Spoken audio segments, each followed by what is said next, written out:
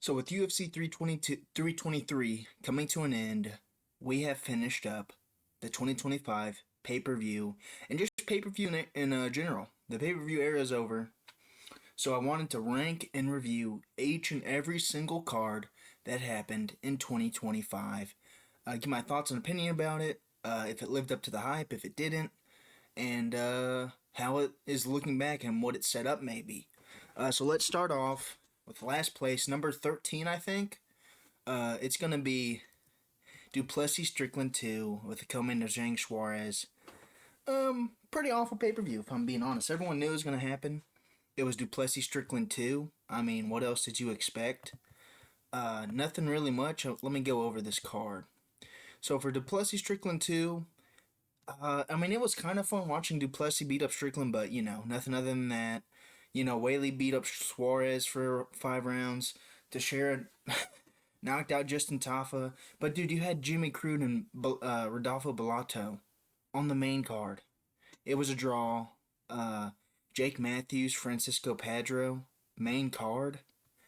Nothing really, like Kong Wayne got a win. That was pretty good. Alexandre Topuria beat Colby Thickness. That was a good prospect for his debut. But other than that, not many. And then, of course, the Quillen Sal killed Anshul Jubilee punch heard across around the world happened on UFC 312. But besides that, nothing really. If I'm being honest, it was very disappointing. No one had any really hype to it, so I guess it lived up to its hype. And the fact that it had no hype. Except for strictly Duplessis. Duplessis Strickland 2 had a little bit more hype because it was a war last time. Not a war. But it was very competitive last time. I thought Strickland won the first fight, but that's fine. I can see why you would give it to Duplessis, and the second time he just batters up Strickland for 5 rounds. And then Suarez Zhang, you know how that went. Zhang just beat up Suarez. But that was that. So let's go up 12th place for the pay-per-view era. Oh, you saw a little. That was a spoiler. Aspinall gone. Alright. Aspinall gone. Okay. The only really good part about the pay-per-view was Umar Batista. You had Aspinall gone. Injury, eye poke situation. Werner Janarubel was kind of fun, but it was awful. Kind of fun, but it was awful. You had the Alexander Volkov Almeida split decision. And then the Azmat Mirzakhanov Alexander Rakic KO. That was pretty fun. Another Quillen Sal killed head kick. Dude, Quillen Sal killed. He is he is saving these bottom tier pay-per-views because that's the only hype that happened. Right? 312 and 21 had nothing besides Quillen Sal killed. Devastating highlight KOs, which is very funny. But besides that, I mean, Ludovic Klein, Mateusz Rebecki, that was a fun fight. And then Walter Walker heel hooking a bum. And that's about it. That's about all there was on 321. It was an awful event. Did not live up to the hype at all. Set up nothing. We took a step back. We had to reset everything. Except for flyweight or woman's straw weight. Just set up a victim for Zhang Weili to beat up when she comes back. But yeah. So that's 12th place. Aspinall gone. 321. Not the best. But moving on. Let's go. You saw it. But Mohamed De La Maddalena with Shevchenko Ferrat. This one's actually most of these cards were pretty good looking back. I was struggling to get them. These middle area cards were a struggle to decide. But let's look over 315. Besides JDM Muhammad, nothing really, dude. Ayman Zahabi Jose Aldo was a great fight, but Shevchenko Ferrat, I thought Shevchenko lost. I think I fell asleep. For Strickland Duplessis 2 at 312, I fell asleep for the Zhang Weili. No, I fell asleep before that. I think I fell asleep for the woman's fight, 2 fights before that or something. And I fell asleep through the whole card. That's how bad it was. For 315. I fell asleep at Shevchenko Farrot and missed JDM Muhammad. That's how bad it was. I just fell asleep. I couldn't. I couldn't. Dude, these are some good fights. You know what? These bottom tier pay-per-views you can sleep to. You'll get a great night's sleep, dude. Okay? But besides that, you had BSD, Kyle Prepper, like where they just handpicked a guy for BSD to get a win. Mike Malott, Charles Radke, that was probably the best thing. Malott killing Radke in the second round. Killing. I don't know. I don't know what you can say or not. But besides that, nothing really. Awful card. Awful card. I don't know. The hype. I will say it over. I guess you could say overperformed in the fact that you thought that JDM was gonna lose, and then you were really hyped when JDM did win. I think everyone was really hyped when JDM beat Bilal. It set up a whole bunch of other stuff. That's why it's not last. Because honestly, if this didn't have JDM Bilal, and it didn't set up, Islam JDM, and then it set up the Oliveira Topuria match, and it didn't set, like, this card set up everything, which is why I feel like this year wasn't the best, because it was basically, you had to wait for this card, and then things could get going. But yeah, what we, number 11? I think this is number 11, right? Let's see, what do I have it as? Yeah, number 11. All right. Number 10. Oh, can you see that? Not sure what happened there. Number 10. Per Ankle Live 1. All right, the February. I think, no. This is the March card, I think. This was, March 8th. I'm dumb. I didn't even see that. March 8th. This is number 10. It was hard to put this down here. Like I said, this middle region was very hard to pick. Very hard to put them properly.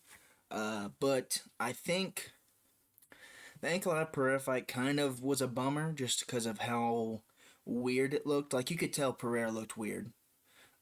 Very hesitant. Didn't really assert himself. But the Fiziev Gaethje fight was amazing. The Bahamondes Jalen Turner fight was pretty good. Roofy King Green KO of the Year was on here. That's why this one really pushed it up. And then you have Joshua Van against Ray Teshuria. Ferreira, Armin Petrosian, where he's Petrosian, like, nutshot him twice, and then Bruno Ferreira comes back in round 2, submits him. Carlos Leal just beat up a guy. And that was it. You had Ozzy Diaz, Jordan Santos, which was decent. It was a decent card. Not the best. It kind of put a downer on everything this year because it basically stopped all of Pereira's momentum. Which, he had to wait forever, and then he got back in there. Because if Pereira won this, we would have been a lot better set up. And then if Fiziev won it, we would have had a new name in the mix for title contentions. But Gaethje beat him up again. And there was going to be Gaethje Hooker, which would have been a lot more fun. But that got ruined because Hooker had his broken hand. It's just a lot of disappointments on this card. It's kind of what's brought it down so much. A lot of cancellations and stuff like that. But let's go on. Number 9. The 9th ranked card for this year. Boom. 318 Holloway Poirier. Now, looking back, I thought this was the worst card ever. Looking back, this card was actually kind of crazy. Expectation-wise, it was awful.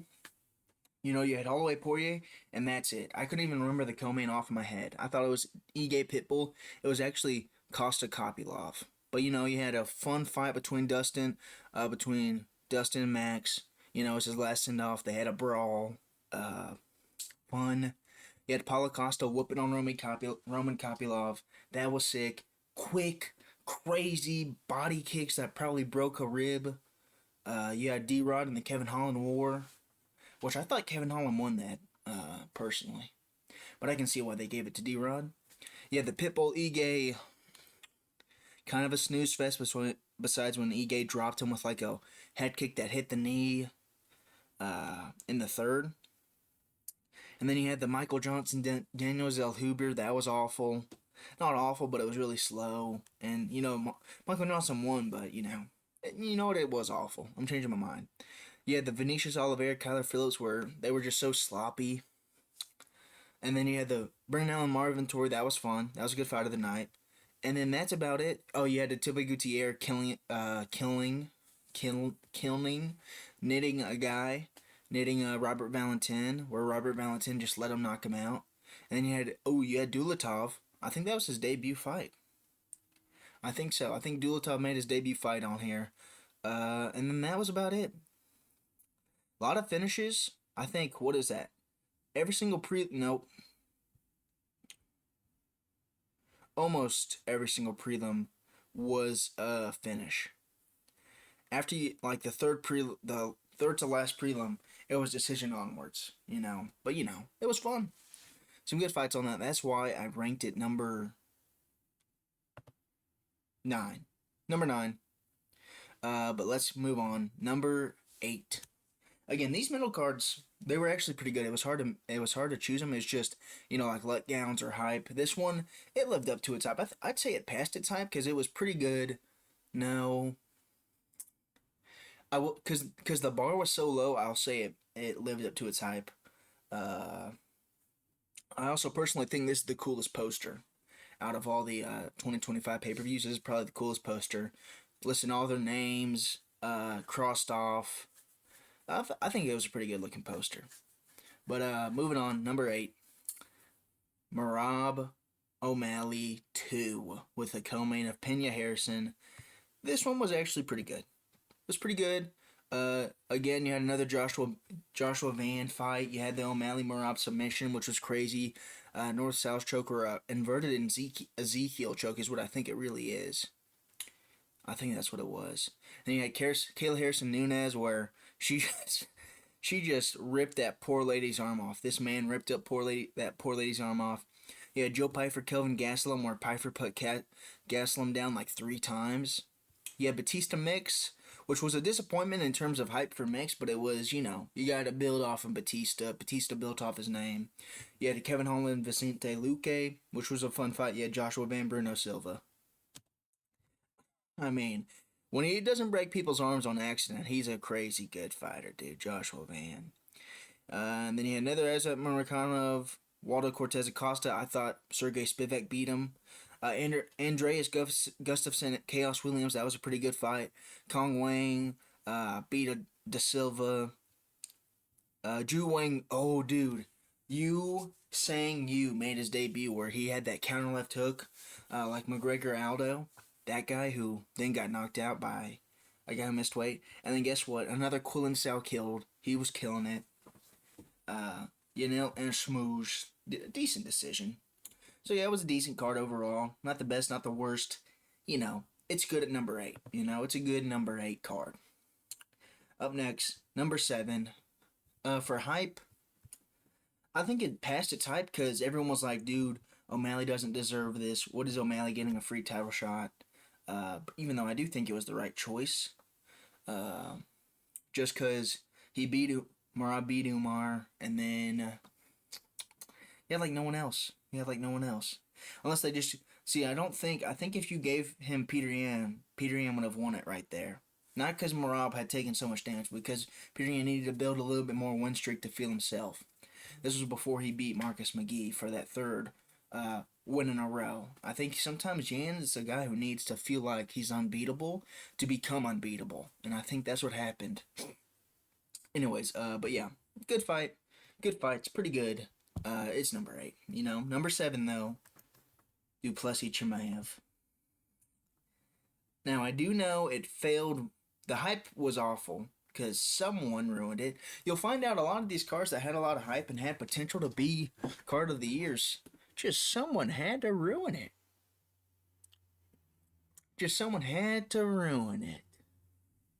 In a certain way, somehow.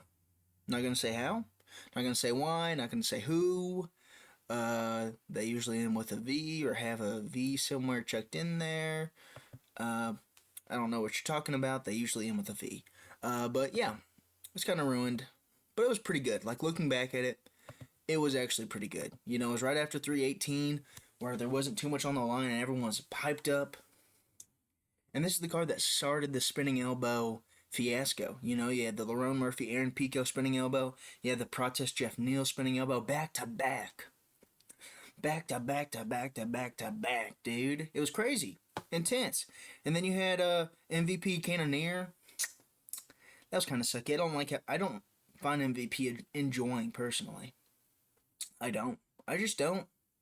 But you know. And then you had Tim Elliott, Kai Sakura. That was pretty fun. Tim Elliott doing this. Somehow got the submission. Somehow. DJ is the GOAT, dude. You don't see Pantoja's title defenses doing this and getting submissions. Dude, Pantoja's title defenses got choked out by DJ's title defense and then left the UFC after he lost, dude. Just saying. But no, I don't know what I was rambling about. And then you had Bison Gerser Sakaev make his debut with a kind of a mini little war with Eric Nolan, which is pretty good. You had GM3 get sacrificed again by Michael Ozichik. And then you had Oche Super got his lights put out. And then you had Joseph Morales make his debut. You guys need to watch out for Joseph Morales, alright? Watch out. I've been hyped on him since I saw him in the not Contender Series. Ultimate Fighter, the Ultimate Fighter. He submitted Alibi Idris, who's pretty good. And then he submitted Matt Schnell. Pretty good way to defeat Matt Schnell instead of chinning him. He submitted him. His striking, he looked actually pretty good striking against Alibi Idris, but the guy he beat before the finals, I forgot who he beat. It was like a second fight against like a Mexican prospect on the Ultimate Fighter. I thought he lost, but he somehow won. Maybe it's his last fight. I forgot. But yeah, Joseph Morales, watch out for him. He's my like little prospect that I'm gonna be watching on because I think he's really good. Really good grappling, decent striking, pretty good chin, good cardio too. So watch him. But anyways, enough with that. So that Chimaev Duplessis, that's why I'm putting at 9. It did not live up to its hype though. I will say, failed in hype wise. Maybe not. Hype for the main event for, Duplessis Chimaev failed, but the card in general did deliver. Protest and Lerone Murphy, who you thought would, if Lerone Murphy got a title shot off of this would be a great card to set up for a good setup card, like at 315. But he didn't, because Volkanovski Lopez 2 is cool, But yeah, so that's my number 6. Number 7. Number 6, Pereira Ankalaev 2 with Merab Sandhagen. This was a sick card, alright? 320, sick card. This probably would have been card of the year if, no, never mind. You'll see who's number 1. We all know who's number 1. I've been singing its praises, but you know. But yeah, first off, you have the Pereira knocking out Ankalaev in round 1, 1 minute and 20 seconds. Insane, alright? 80 seconds to knock out Magomed Ankalaev, get his belt back. Feel good story. Then you have Merab whooping up on Sandhagen, almost knocking him out in like the 3rd, I think. Yeah, I want to say the 3rd. He almost knocked out Sandhagen. Great. It's pretty fun. Sandhagen still had some battle to him. It was a fun scrap, alright? Then you had Yuri Roundtree Jr. Yuri Roundtree Jr. Fight and performance of the night is what Yuri got. Fight and performance. And then you had Yusuf Zalal submit Josh Emmett within 1 minute and 38 seconds. Very impressive. I feel like Zalal, if he wanted to really put his name out, he should have fought again since then. Taking anybody. Just fought since then. But he's stood on his butt a little bit. Then you had Joe Pyfer knock out Abbas Magomedov, submit him. Rear naked choke Abbas Magomedov. Gutierrez, another sacrifice for Gutierrez. And then, Yu Sang Yu, the Korean Zombie Jr., got knocked out by an overweight Daniel Santos. Patchy Mix was a disappointment again. Edmund Shabazian got a TKO. And then Yana Santos. No. Who was it? No, never mind. It was a different card where there was a crazy thing. But yeah, pretty good card. 320 was sick. A lot of hype. The main the whole main card was sick. Besides Yusuf Zalal and Josh Emmett because it was a little lackluster, but very impressive for how he just dealt with Emmett quick. On Tapology, dude, do not look at Emmett's Tapology. I have not seen him without a beard. Oh, why would they do that? Oh my goodness. But basically, the whole main card. Because if you just want to go on main cards, this is probably one of the best main cards. This is probably card of the year if you just go off of main card events or main card results and stuff. This would probably be card of the year. But you gotta, I like to consider everything. I like to consider everything personally. So that's number 6. Number 5. Number 5. JDM Makhachev, Shevchenko Zhang. Again, 2 people ruined this, and they have a V in their name somehow. It's crazy how these V people just ruin every single card. Alright. Luckily, if you put them with really interesting and entertaining people, people will buy the pay-per-views because they like them, and they'll actually watch it because of the people below them on the card. But let's go over this card. 322. So, of course, you had JDM Islam Makhachev, which was impressive. It was impressive. You know, Islam won the welterweight belt. He's the GOAT of the sport. It was a good legacy card. Did not match up to its hype at all, though. Not at all. Not at all at all. These main event and co-main ruined the whole card in terms of hype, in terms of enjoyment. But, you know, let's not let all the other people's hard work on the card be overlooked. So, Shevchenko Weili Zhang. Shevchenko's the woman's go to the sport. I don't care. She beat Nunes in the rematch. I think Shevchenko has a better claim for GOAT status than Nunes. She just doesn't want to go up. But also an awful boring decision, which people you can say for Shevchenko Zhang, not for Makhachev JDM. But you know. Then you had Michael Morales KOing Sean Brady in round 1. Like, I predicted he was the underdog, plus 125, slight underdog, but I feel good about that because I got that. I also got Carlos Prates knocking out Edwards in the second round. Funniest KO ever. He literally sent Leon Edwards flying backwards, sent him into the rafters with like a Superman, like punching him like Superman, and then he was smiling on the floor, crazy. And then you had Beneil Dariush, Benoit Saint Denis knockout. And then you had Bo Nickel, Rodolfo Vieira, crazy head kick knockout. Bo Nickel's back. He's back, baby. He's back in town. He had the G-Rod, Gregory Rodriguez, Romy Kopylov fight. That was pretty fun. Blanchfield Cortez, that was cool. Blanchfield just drove her down, submitted her. Plus, we got to see Cortez. You know, that's always a plus. Ethan Ewing, Malcolm Wellmaker, fight of the month. Crazy brawl. Ethan Ewing comes in a few days' notice, takes Malcolm Wellmaker, this world beater, and, you know, wins a decision. You had another Gerald Meerschaert sacrifice. It's just needed to be done. Pat Sabatini, Shep Mariscal, decent. Fatima Klein, Angela Hill, beat up on Angela Hill for 3 rounds. Bison Gersa Sakai, Eric McConaughey, KO in the third. Crazy KO. It was like an overhand right or something. Snuck it in. Just really good. Really good. And then you had, you know, Vishaleb Borshev lose again because that's all he does. Slava Claus loses again. But yeah, 322, great card. Ruined by the main and co-main, but you know, that's just how it is sometimes. But yeah, so that's number 5. On to number 6, dude. No, this is number 6 on to number 5, right? Did I say that wrong? No, that was number 5. Moving on to number 4. Man, I am an idiot. So number 4, my 4th ranked pay-per-view of the year, UFC 311. Makhachev Moicano. Now, in terms of hype, did not, because it was supposed to be Makhachev Sarukian, but he pulled out the day of, and you had I don't know what kind of editing is. Dude, is Moicano mogging? Look at that. Is he?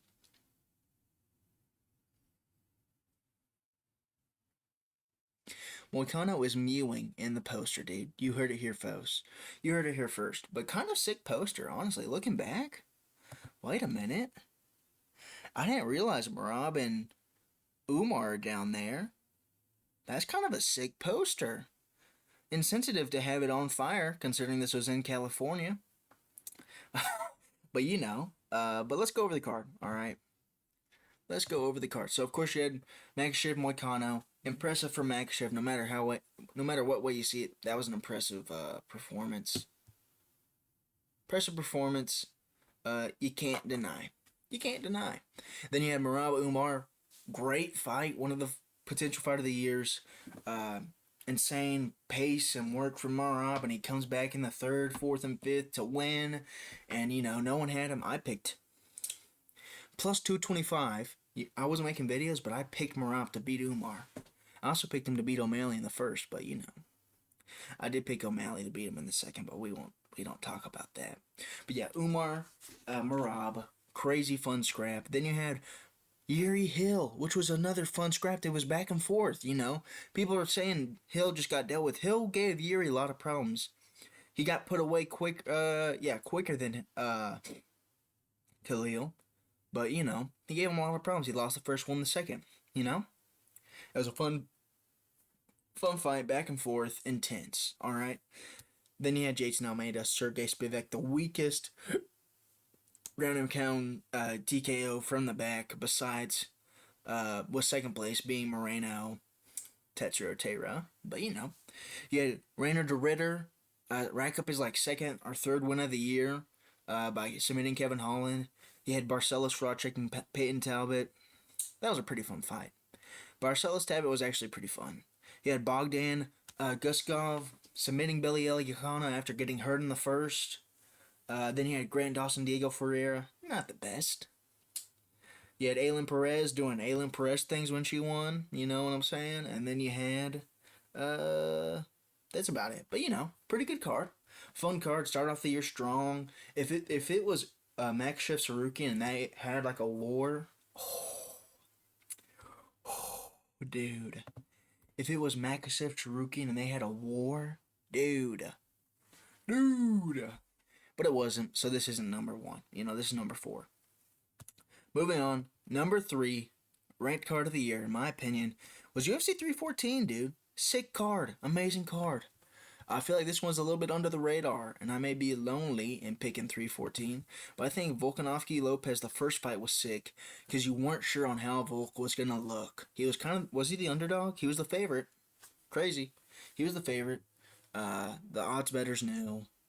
But it was intense. You didn't know how Volk was going to turn up. He's off of a back-to-back KO losses. The 35-year-old curse.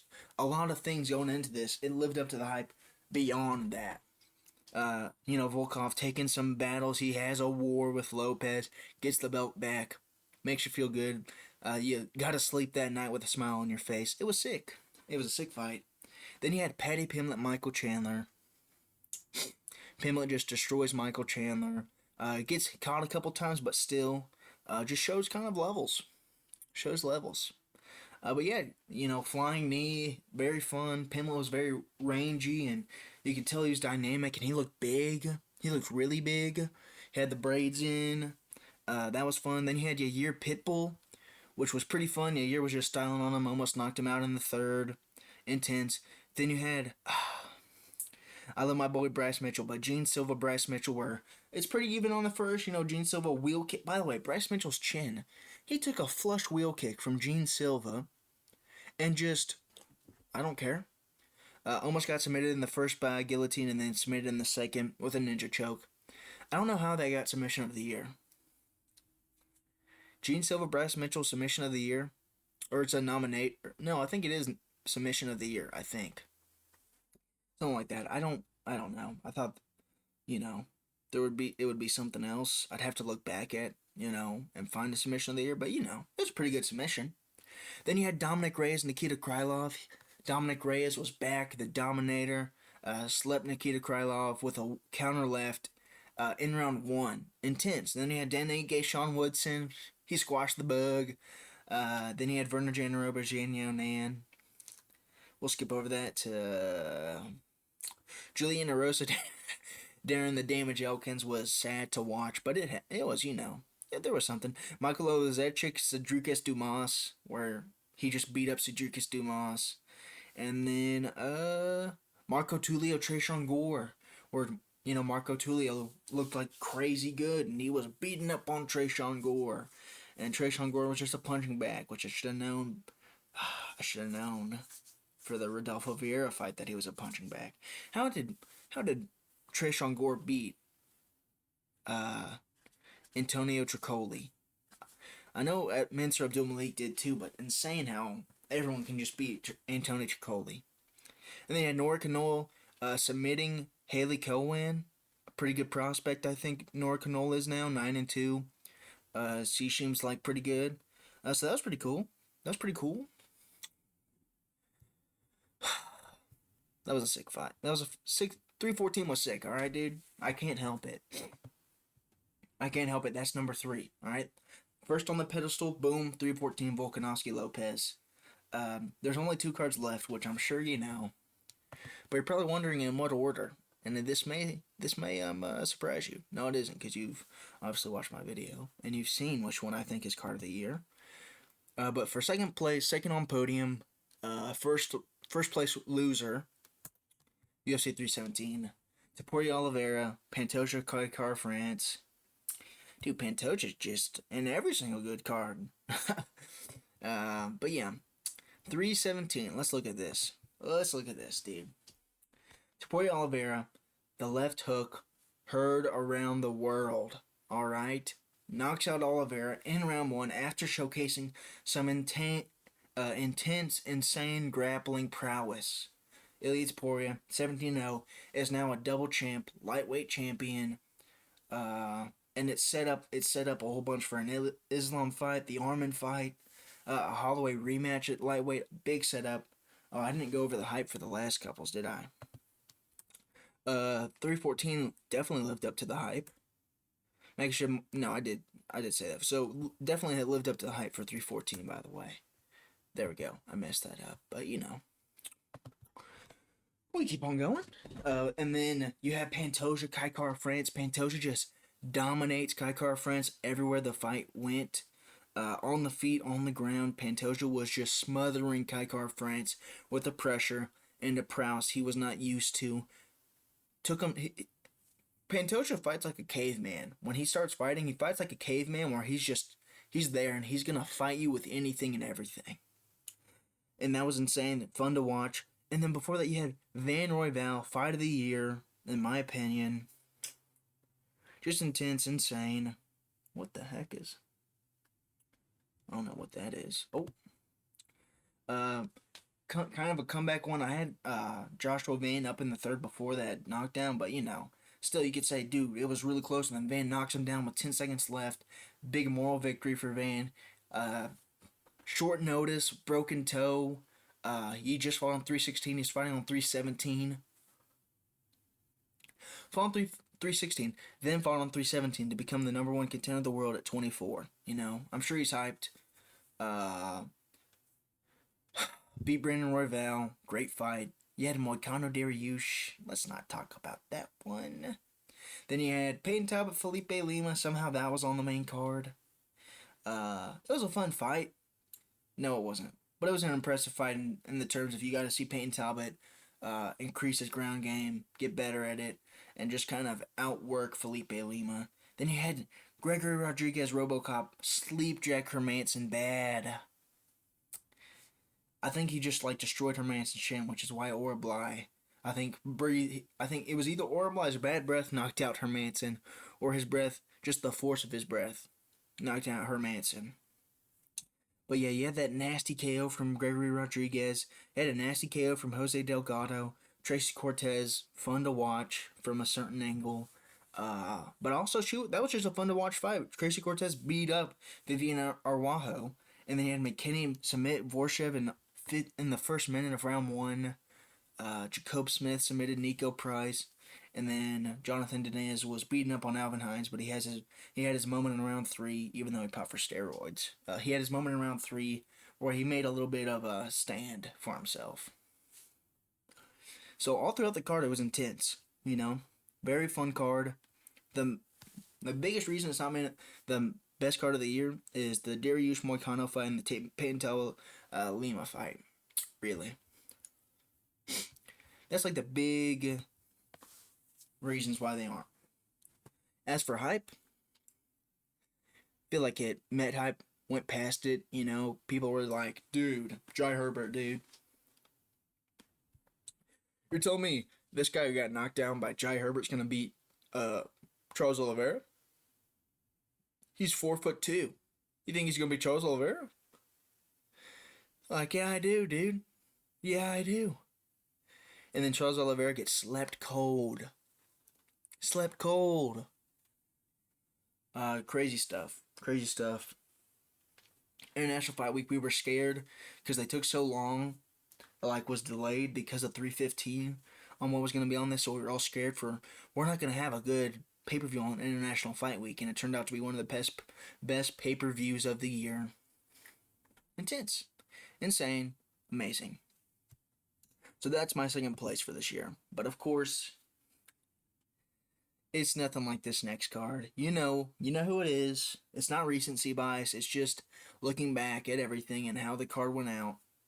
There's no other card of the year than UFC 323, the Valashilian 2, Pantoja Yan. Even though the co-main not ruined, because it wasn't, it was at least done quick, It was like round 1 where, like, if it was dude, imagine round 5, and it's like a war between Van and Pantoja. He can't get his takedowns off, but he's still tagging Van up on the feet, and Van's like wobbled all over, but he's also cracking Pantoja back, and he's slipping and dodging and moving, and then round 5, like, Pantoja breaks his arm, and it was close. It was like 2-2 on the scorecards or something in the 5th round. Then that would have ruined it. No, that still would have been better than the first round finish. Never mind. That would have been better. Never mind. I'm sorry. But let's go over it. 323. Yeah, the Yan destruction, domination that he pulled on Merab showed levels, showed that he really was injured in his first fight, and made it look easy. 50-45 him. Personally, I had a 50-45, 50-45 him. That's just how it is, Intense, insane, now this opened up. In terms of setup, this is one of the best cards that set up everything, Yan winning has set up so many possibilities. You have the Merab trilogy. You have the O'Malley rematch if O'Malley wins. You have the Song Yadong rematch if Odong wins.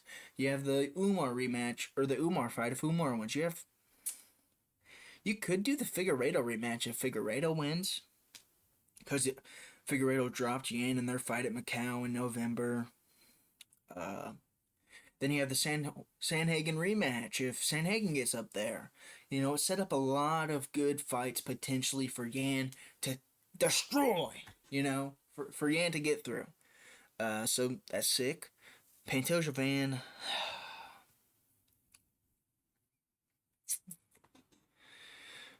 Pantoja Van. It says on Tapology it's KO/TKO. Arm injury from takedown. So I guess that counts as a takedown. I guess he did catch the kick and pushed it over his head, and Pantoja went to post.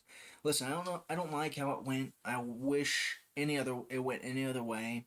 I'd be happier with Van losing if it was at least a full fight, because I wanted Van to win, but I didn't want him to win that way. But it has saved the flyweight division. Not in the way I wanted it to be saved, but now you have Van Tara, you have the Van Pantoja rematch. You have Van Royval rematch if he beats Cap, and Van, defends against Tara. You have a lot of stuff opened up. And Van's young, he's popular. He gained so many followers. Let's see how many followers. Let me just do some research. How many followers does Joshua Van have right now? Joshua Van, Fearless MMA, 350,000 followers. All right, let's see how many Pantoja has. Sorry, this is taking forever. Pantoja, 721. They both got a whole bunch of followers off of this. He did a Telegram thing. Crud. If you saw my Telegram videos, Telegram's taking over the UFC. They're official sponsors of the UFC now. Telegram gifts are. So just watch out. But anyways, Van's a superstar in the making. A lot of stuff you can work with him. First Asian male champion, second youngest champion, a lot of stuff. So it was a great setup. Then you had Tetsuya Otera beat Brandon Moreno, first person to ever finish Brandon Moreno. Kind of a lame way to be finished a little bit. The stoppages, the ref stoppages, and the Pantoja Van result, like how it was, made this card from a 10 out of 10 to a 9 out of 10, personally for me. But then you had Peyton Talbot Cejudo war.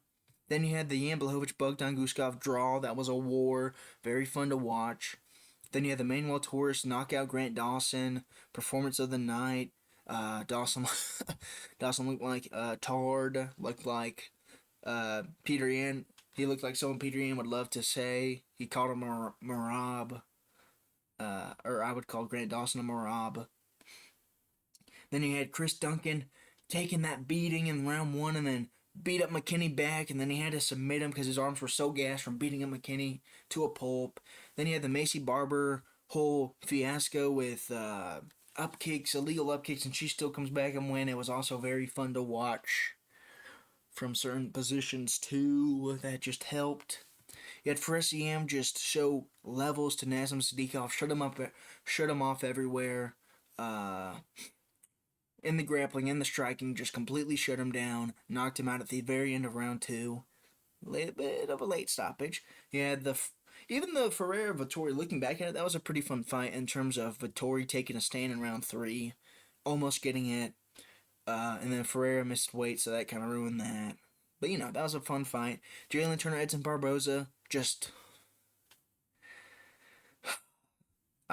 old man sacrifice. I figured out for most of these top 3 cards, they had an old man sacrifice. But Edson Barboza was the old man sacrifice for this card for Jalen Turner to have a comeback win. He's back in the mix now. Jalen Turner's back in the mix. You could probably give him close to an unranked guy. I said give him Manuel Torres, but if not, give him somewhere else. Give him someone else. You had Iwo Baranuski, Ibo Aslan, 1 minute and 30-second war, dropping back and forth, 5 knockdowns each. Insane. Then you had the Mansur Abdul-Malik Antonio Tricoli, where he bullied him and shoved him into a locker, standing guillotined him. And then you had Myron Santos knock out Muhammad Naimov in the 3rd, put a staple to start the card. Card of the year. Best card ever. I did not do good on picks for it, but I do think Silva should have won the decision, though, personally. But yeah, so that's the pay-per-view 2025 pay-per-view card pay-per-view year in review. That's my top all 13 cards ranked.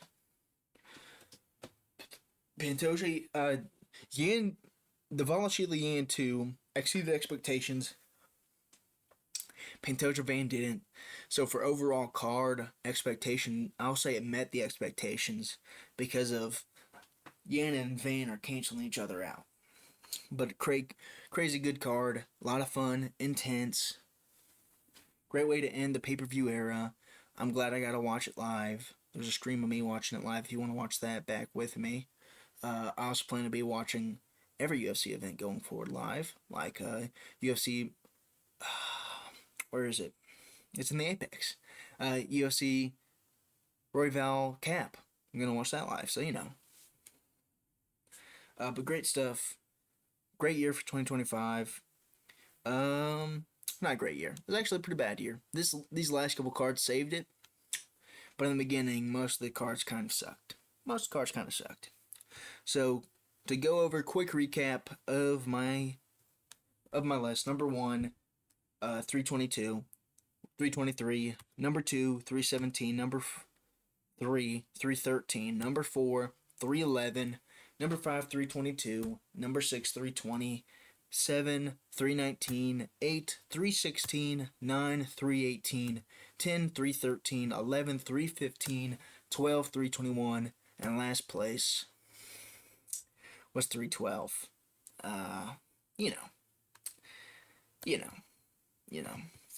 But yeah, like I said, that's my review. Hope y'all enjoyed.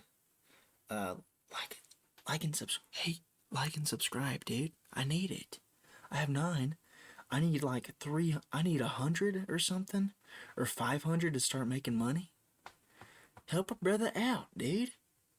Make this my job, pal. I'm really good at it. You saw this PowerPoint that I spent 20 minutes on. And then I talked about for how long? 45 minutes. My goodness, I'm sorry. This took way longer than I thought. I was going to do a tier list, but I think this is a little bit better. Actually, let me end it on here. Is that a little bit better? Yeah. Yeah. But yeah, hope y'all enjoyed. Don't be funny. Make some money. Buy the numbers.